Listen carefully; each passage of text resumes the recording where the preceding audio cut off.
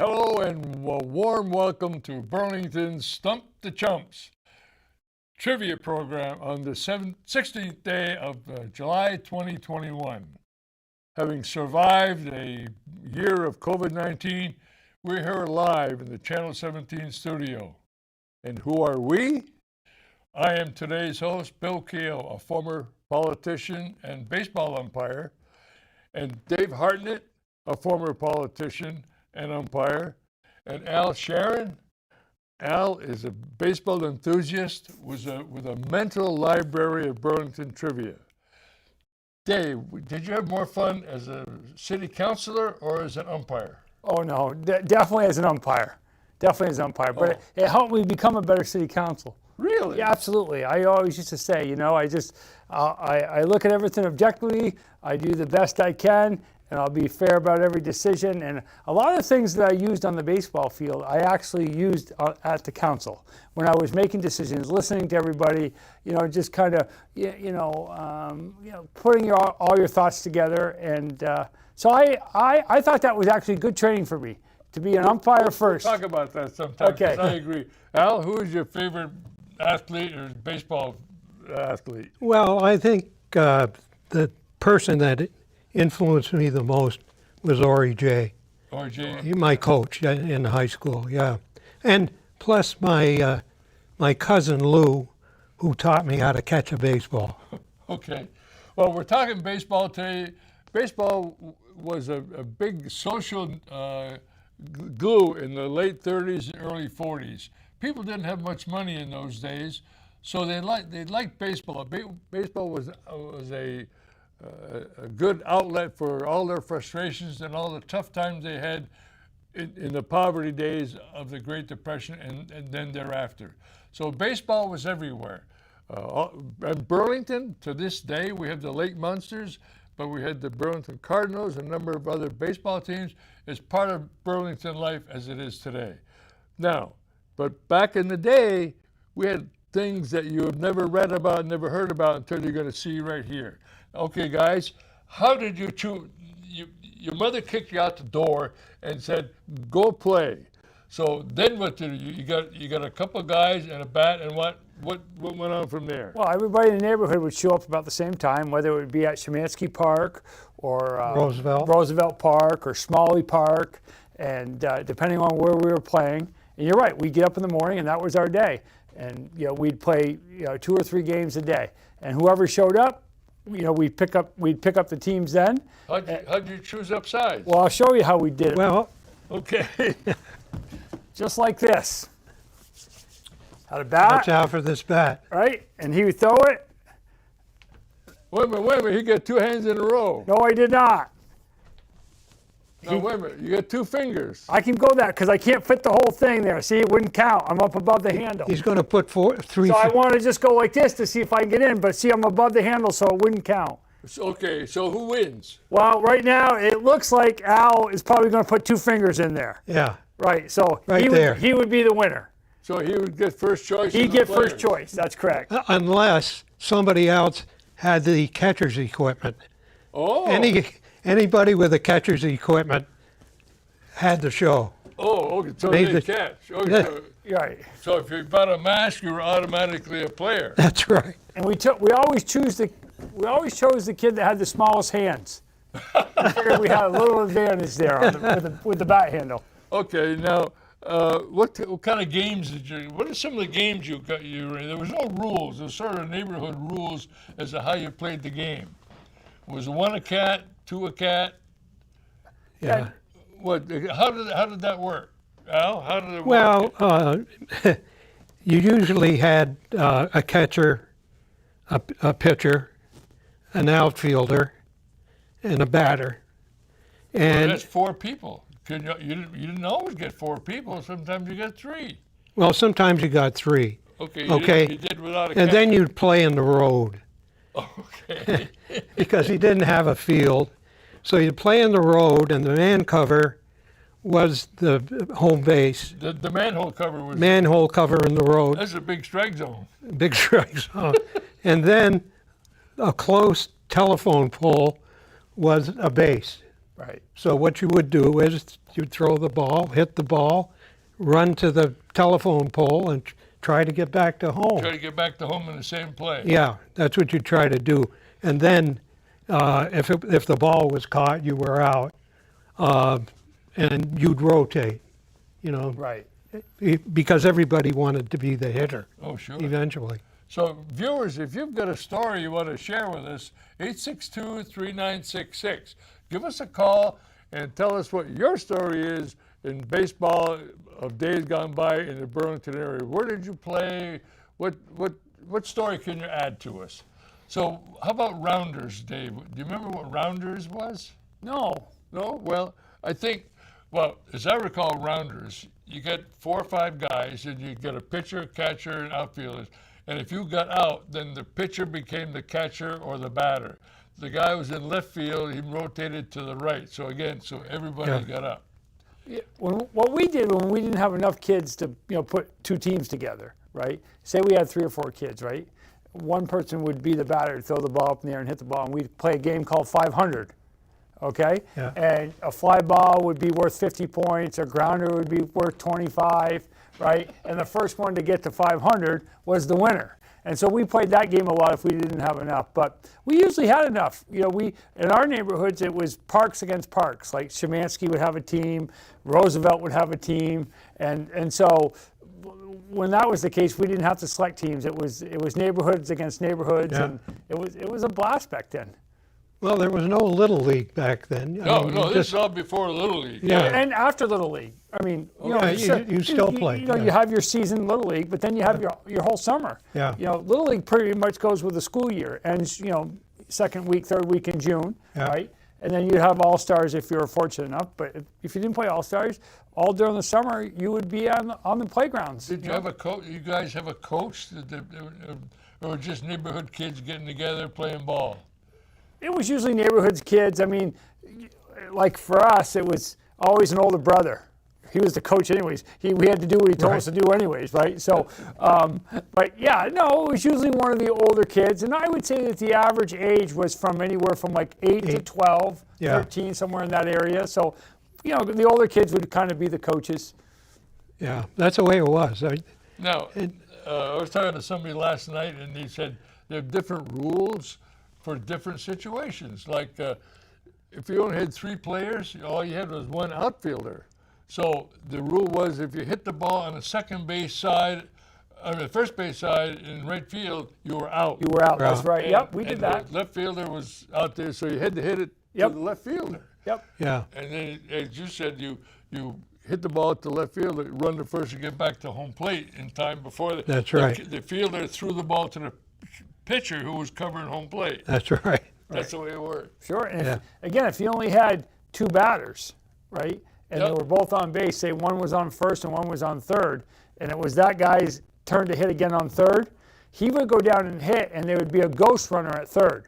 So if it was his time to hit, he would go down and hit, and so there'd be a ghost runner, which would be nobody there, obviously. But if he got a base hit, that run would automatically count as if he was at third base. Yeah. So we used to do that a lot. And you all agreed on all this stuff. There was no real dispute or number of points, or that was not the ghost runner was at second, not at third, or. No, because at the end of the day, I mean, when we had disputes and arguments, because you had them, and you had fights, you had brothers, and the thing going on. But at the end of the day, you still wanted to play baseball. Okay. So you didn't want that to end the game, right? You still wanted to play. Yeah. So you settled the arguments, and you continued to play, and it was just, it was great. It was a big part of our life growing up. Now, in growing up, you mentioned you had no money in those days to buy equipment, not at all. So what we'd do is we'd go to the Burlington Cardinals baseball game or go to a high school game, and if they broke a bat, we didn't have money to buy one. So we'd scramble and scrounge that bat as soon as it was on the field. We'd come home, we'd put screws in it, tape it, and nails in it, and then we tape it. That's right. Usually with black electric tape, right? Yeah, electric tape. It was heavy tape. And that was our bat. That's the only bat we had. That lasted a long time. And then when it came to a baseball, now this is a nice baseball with a cover on it. Okay, but the covers come off when you play it. day in, day out. And when that would happen, then we put black tape on that.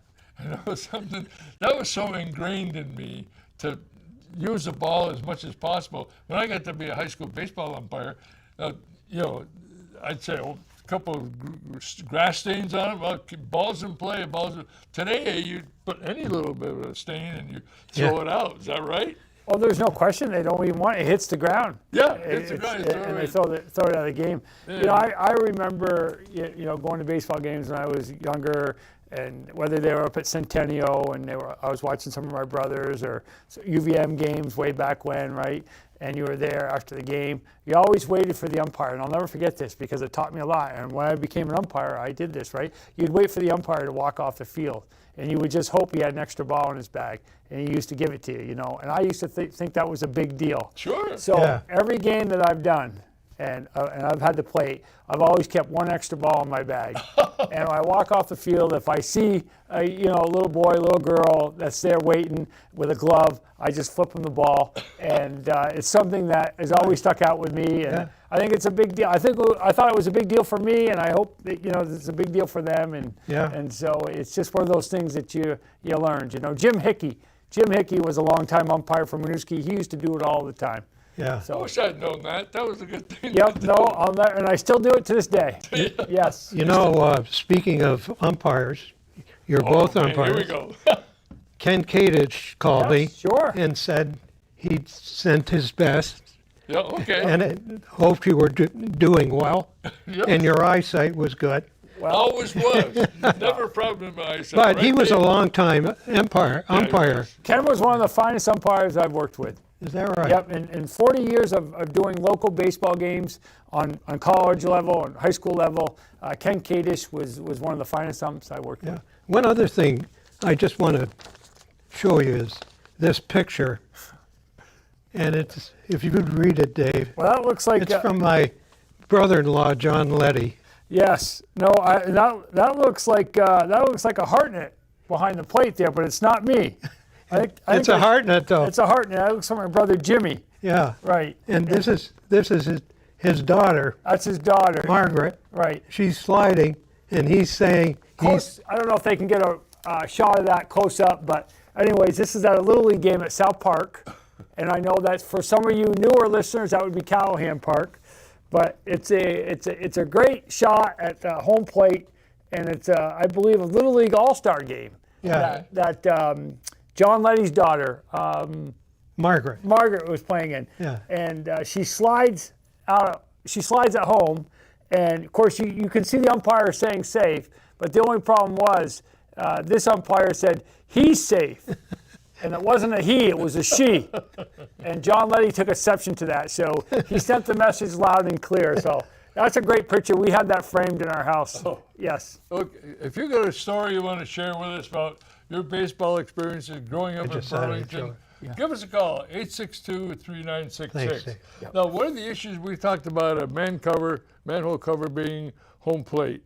Now, we had to find something for bases, too. I used to tell my mother, please use that 5-pound flour bag or the 5-pound sugar bag so we could fill it with sand and put that out. That was our first, second, or third base. So that was where we got bases, or use a stick or whatever is available. Right here, end of the bat handle, drew the bases. Oh. And we made home plate the same way. And we used the bat handle if there to do was it. Sand. If there was sand. Yeah. But even if it was stones, and sometimes there was stones, right? Yeah. We would just, that's how we would make the bases, right with the bat handle. Yeah. Now, how about gloves? I went down to my basement and got this glove. Man, is it old? It's barely, what do you call one of these? Trapper. So just a first baseman used it? Yeah, it's a first base glove. First baseman, but back then it was a trapper? It was called a trapper back then. Yep. So you remember when we used to play baseball and leave the glove out in the field? You remember that? For for someone on the other team? No. Your team would come off the field and go to bat. You'd leave your glove out in center field, or you'd leave your glove back at the shortstop place. They used to leave them out there. Oh, they did. They leave them out there. I don't know why. Where'd you buy where'd your first glove come from? Where'd you buy your first glove? I think it was Sears. Sears. Yeah. Bill, you remember? No, yeah, LP Woods was my big store. Right. Yeah. Right down Church Street. They were expensive. Well, he had it. He had the money. Right, he was all set. No, Woolworths was the first. And, of course, you remember what you used to do when you get a brand new glove? You had to buy a baseball. And you have to break it in. And you have to break it in. You used to tie it up with string. You broke it up like this. Yep. And tie it up. Did you put oil in the glove? Had to put oil, and then you put it underneath. I always put it underneath my mattress. Yeah. Right? What? Yeah, underneath my mattress at nighttime, you put the glove underneath the mattress, so it would really, and it worked. It worked great. Some guys would put neat's foot oil on it to try to soften it up. And some guys today in the major leagues put oil on their gloves, and they're putting a stop to that as well. Really? Yes. Does it help you catch? Did it help you catch the ball, or? Sure, because it broke it in. It was a lot broke it in. softer. Okay. It wasn't like as this stiff. is stiff. Yeah, So yeah, right. You would do that. Yep. And okay, now you went to a ballpark. You're at Schumanska Park. By the way, I live in the Birchcliff area in South End of Burlington. I used to play baseball in that. I was a kid playing baseball. And that was truly a sand lot because it was sand all over that area. At South Park? Was it South No, Park? in Birchcliff. In the Birchcliff area, right at the end. Oh, sure, at the end. Yeah, no, I got Before it. all those houses were built. Absolutely, It was sure. all open land, and I lived in Shelburne Road then, and so that was one of the areas. Did you ever hear about stickball? No, that wasn't big back then with us. No, it's mostly in the major cities or larger places. Well, let me define that. What this, as described to me anyway, was you'd hit the ball, you play in the road, okay, and you'd hit the ball, and somebody would with a catch broomstick, probably. Huh? With a broomstick. Okay. Yeah. And then you put the broomstick down and flat, and the fielder would roll the ball in. Is that the way that worked? I don't remember doing that. And one. And it used to be a tennis ball, right? Probably, or a rubber Maybe ball. yeah. I don't think it was a hard ball with It would a have been a tennis ball. Tennis right. ball. Yeah. And so they would roll that ball in, and you who hit the ball would roll in, and it would hit give me the bat. If the ball rolled in, and then hit the bat, and if it jumped up and you caught it, you were out. Wow. And if you didn't catch it, then you'd stay at bat until you did. Anyway, so that just was crazy. That's a different one. Crazy little game. Yeah. Well, depends on the neighborhood that you were in. That's true. And you just made up whatever you could. So what else have we got? A lot of times, if there was, we didn't have a catcher, right? Right. And we were playing at Schumanski or a place that might have had a barn in the back, right? We used to take masking tape, and make home plate on the barn. Yeah. And that was the strike zone. So the pitcher would throw into that, and if it landed in that square and the batter didn't swing, it was a strike. Yeah. So we did that a lot if we didn't have enough players, right? No, Schumanska Park, as I remember, Red Field was a real. It was, Yes. Yeah. slope. Yeah, sloped up the hill. Yeah. Schumanski Park is it's just a gem in the city of Burlington. I mean, we're so lucky to have so many great parks in Burlington, Yeah. right? But Schumanski Park was a year-round park. Yeah, it you could was. slide, right? Yeah. I mean, you went sliding there, and skating rink skating rink Yeah. there, and baseball, and And then at South Park, yep, Red Field was wet. yes, yeah. Yeah. It was always Always wet. wet. a swamp, so if you were the right fielder, you almost wear boots. Yep. Yeah. Then, of course, you had the grandstand. didn't at South drain Park. well. Remember the grandstand? at South Sure, Park for sure. many years. Yeah, no, they had to take them down. Yeah. No. No, that's. What about first Major League Baseball game you ever saw? Do you guys remember where it was and who it was, or? The first one I can remember, I lived on Decatur Street, and Tim Sheeran lived up above on the corner. Anyway, it was 1946, and the Red Sox were playing St. Louis, Okay. and he had it on the radio, and that's the first major league team I Does the heard. name Vin Clancy mean anything to you? Yeah, Vin Clancy. I thought he's a library Yeah, radio. no, it doesn't to me at all. Go ahead. I don't know. No, it doesn't. I No. expect you would know. Yep. Vin Clancy was a manager of the Cardinals. Burlington Cardinals. Burlington that's right. Cardinals, and he did it for a number of years, And of course, they were all collegiate ball players. Right. And then when it ended for him, he became an FBI agent that's right, too. in Burlington. Oh, really? And he was stationed here. Wow. So Clancy was known to a lot of people. Okay. So, now Burlington Cardinals were part of the Northern League. Got some other what other teams were in the Northern League? Was Brattleboro Generals? And you had Rutland Royals. Yeah, Okay. I forgot about Rutland Royals. And yeah. the other one you had, Keene, New Hampshire. The Keene All-Stars. Blue Jays. Blue Jays. Blue Jays. Yeah. So we really had two versions of Northern League baseball, right? Because there was that version way back when. Yep. Yeah. But then in years, after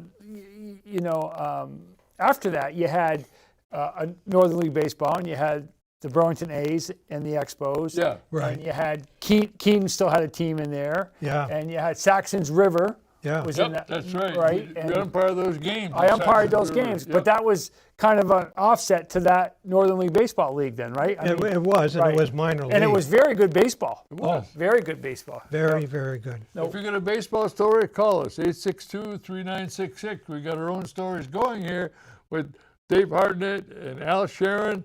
I'm Bill Keogh. We're trying to go over the years of baseball that happened in Burlington, and certainly baseball is part of Burlington society, and it's been that way for 100 years, seems like. But it's something we all enjoy, and whether you're a participant or a spectator, it's always good to go to Centennial Field. Oh, it's to me, it's the most beautiful park. I know it's old. They've done a lot of upgrades to it, but a lot of history. Oldest minor league park in the country. Yeah. Right, and just there's so much history there, and it's nestled in a just a beautiful community up there in Ward 1, and surrounded by University of Vermont, the hospital, right, and the homes. It's just been a great fit It's for a all great these fit. years up there, and the fact that we still have baseball there is great. Oh, yeah. Now, let's talk about umpires, since that's a lot of our profession.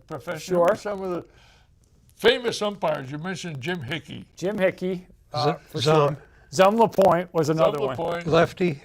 Yep, lefty. Lefty. Joe Johnson. And, Yep. Doc Blanchard. Yep. Lefty Blanchard. Lefty Blanchard. Yep, Now, for sure. tell a story about Jim Hickey. And somebody's telling this story. He made a bad call, and man, the team that went against him all got out in the field, and even the bus driver started to come after him. And I don't know if it was Dave Hartnett or with Doc Blanchard. He said, "We'll let everybody go after Jim Hickey, but bus driver, stay in your bus." Yep. Jerry Bean told me a story, and it was St. Mike's playing UVM, and it was Markey And Markey, sure. and just passed LaPointe, away. Yep. and Zum was umpiring, Right. and he made a bad call, and he said, and they started arguing about it, and he wouldn't admit that there was a bad call. So finally, according to Jerry Bean, he said, "We're going to start over. Right. Do over? We're going to start over." Yeah. I don't know if they did or not, but I had one story. I was doing a game in Middlebury College, and I called the batter out, strike three, you're out. And the batter complained to me. He said, "It's the worst call I've ever seen." And I said, "Wait till you see the next one." The guy on deck said, No, don't do that. Can't do that. No, listen, it's a tough job. It's not easy in umpiring, and I still do it now, and I'm still doing high school games, and I still volunteer at the Little League level, and the numbers are just dwindling. There's no more umpires. There's no more officials in general, right? There's a huge shortage, not only in Vermont but across the country, right? I know. And it's a tough job, and to be honest with you, Bill, I never really had many issues with ball players or even coaches. It was the parents in the stands, right, that thought they knew everything and they knew the rules. And but in general, Tell me about Tony Brandolino, speaking of umpires. Tony Brandolino's still alive, 88 years old, still umping games. I Yes. did a game with him last week here at Shifleti Park. We talk about umpires that we umpired with. Of course, you mentioned the great Ed Markey, right? But two of two umpires that left just long-lasting impressions on me and made a difference, certainly in my career as an umpire, was Tony Brandolino and Roger Woods. Oh, yeah. Right, and Roger was a great umpire. and those guys just started out Yeah. really in Little League Baseball. I mean, that's where they really began. And then they worked their ways up and did high school and some college games and stuff. But, you know, it's certainly, you know, like I said, the numbers aren't there. And it's really difficult to recruit umpires. Nobody really wants to do it. It kind of takes a special person, right, that is able to handle, and that's why I said it helped me at the council level a lot, right? You always feel like you're under attack from both sides. And I've always said this, when you walk off the field and both sides are mad at you, you did a great job. Yeah. Right? I think I agree with you with respect to it's good training to be a politician, because people always criticize you as an umpire. Sure. Always, I mean, oh, here comes Dave Harder, here comes Bill Keogh. Oh, it's going to be a terrible game. Or what? You holler at you, Dave, we got that. What's wrong with you? As a politician, you get same criticism, but you learn to get a thick skin. Sure. Yeah. Thick skin, and you roll with the punches, and you don't take it personal. And but I agree with parents. Yeah, the parents. Parents come after you. I big mean, time. Bill, we were fortunate to, when I think back, you know, my years, you know, when I was really active at the high school level, right? And you think about some of the coaches, right, in the Northern Vermont. Yeah. Right? And you think about Jim Carter and Jim Billings and Steve Ferrer and Mike Perro and Dave Stoudemire and Jeff Stetson down there and Bob Slayton and Donnie Picard. I could go down the list. These guys were just classy guys, right? And they understood you had a job to do, and they might get mad at you and argue a call, right? But the next game it was forgotten. Oh, I know. Right. And we were very fortunate. Perry Bove and you know, these guys were just. I respected them. They respected me, and we had a great relationship. And I was just at Wayne Corsi's memorial service the other day, and I ran into a bunch of those guys there. And they're lifelong friends, right? Sure. And, it's been a big part of my life, as I said earlier, and these coaches and now I'm umping games, and kids are coming up to me, their moms, their dads are coming up to me and say, "Geez, Dave, you did my game when I was in high school, right?" And let's get back to some names on the New North End, like Charlie Schifferletti, Oh, legend. Bill Peacock, Yeah. who else? Bob Rosenberg. Sure, you know, Bob Levitt, was it Bob? Levitt, yeah. Levitt, yeah, he was just a great guy out there. You know, just all in Burlington. Greg Claremont, Thomas Claremont, you know, Tom. Stanton, was it Bob Stanton down there in the South End as well. Yeah. There was- Lillian Hardy, Dot LaBelle, Yeah. my dad. I mean, you could just, all kinds of people that All have contributed.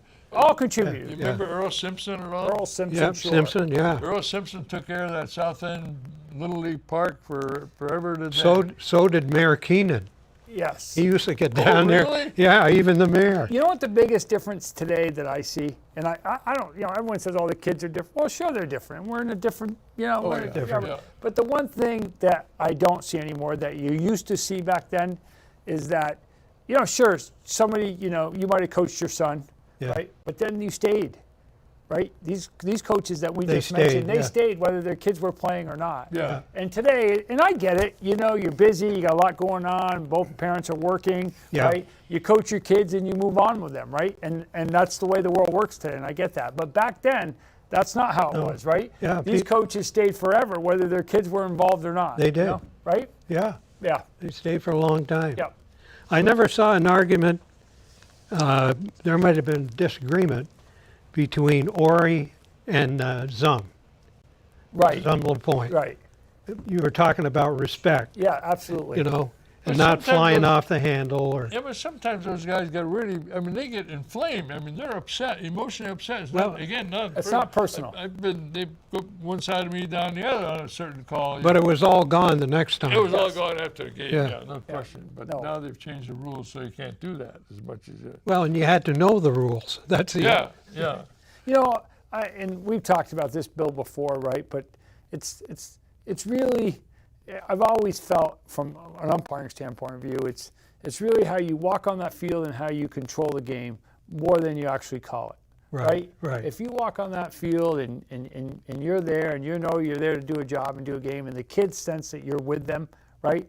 That, hey, this guy in blue is not a bad guy, right? Yeah. At the end of the day, it's going to go much better. So I always felt when I walked on that field that I had command of the situation, right? And I knew the players on the field, and everybody had a little different style. Yeah. Whether if I went to Jim Carter and Winooski, and I understood how he wanted a game called, right, and respected that. And then on the other hand, the next day you'd go over to Essex, and you have your hands filled with Coach Ferrer over there kneeling down on the third base side. But I had just as much fun there as I did there, and it was great.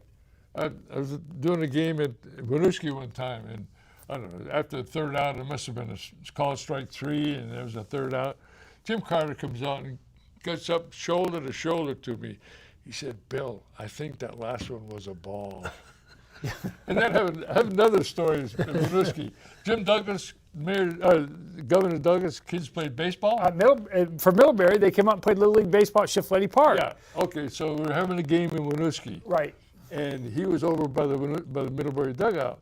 And I knew he was a state treasurer At the time, right, yes. Yeah, so he kept giving me some crap. I had the plate. So I went over, I said, you know, Jim, I can see the plate pretty good from here, from the way next to the dugout, about 30 yards away from home plate. So I meant to call in the Kurt Wright show about that, but when the governor's on. But Governor Douglas' son, when he played for the Middlebury All-Stars at Shifleti Park, and he was probably, I've done a lot of games there, but he was one of the kids that probably threw the hardest, if I remember. Oh. Yeah, the governor's son, yeah. And it was, you think of all the players that have played at Shifleti Park, right? Oh. John LeClaire, right? Sure. I mean, all these, great athletes from around, they've all somehow have connection to Little League baseball. Oh, they right? do. We talk about Lenny Whitehouse. Yep, Lenny Whitehouse. And we talk about all these kids that get drafted from Vermont. Yeah. And it's quite an honor. Look, we just had one that got Kensington or Yep, yeah. in the 4th round for Pittsburgh. But here's what I've always said about Len Whitehouse, right? Never got drafted. Never did. Lenny Whitehouse was never drafted. Wow. Nope. And No. he went down and never gave up. And he finally got signed on with the Texas Rangers, I believe, and then Minneapolis. He spent 8 years pitching in the major leagues. Wow. Relief pitcher. Relief pitcher, right? Yeah. And Let's talk about Dick Smolin. Dick Smolin. Dick Smolin went to Notre Dame, came to Burlington, played professional baseball. What stories do we have about Dick Smolin? Oh, well, That we can tell. Well, there's not many that we can tell. I can tell you this. But I will say this about Dick Smolin. Nobody knew the game better. Nobody respected the game better, right? And he was a tremendous talent, right? Tremendous pitcher. Yep. And I think, and he, again, a big influence on a lot of kids. Oh, he was. No doubt about it. I can remember going back and visiting, Mr. Smolin, as I always referred him to, and we would be, down at the Breakfast Club there on Chevron Road, and all these former ball players would come back and tell these great stories about Dick. So I think Dick really had a big impact on a lot of kids. I think he was from New Jersey Originally, Yeah. right? Yeah. And then he played up here, and he stayed up here. Yep, absolutely. Raised his family out in the New North End, Yeah. coached out there, and his son Jimmy was a hell of a athlete and baseball player. Then they moved to South Burlington, and they played there. Okay, well, I think it's almost time that we wrap up here. Dave Hartnett, thanks for Absolutely, joining us. thank you. It's been great. Sharon, thanks for Thank you. exchanging stories. I think it was a good summary of Burlington's baseball. So, folks, thanks for watching. I hope you enjoyed it. A different approach. We didn't have any questions to Stump the Chumps, but we could have if we looked them up. So, okay, thank you for watching Stump the Chumps. We'll see you again.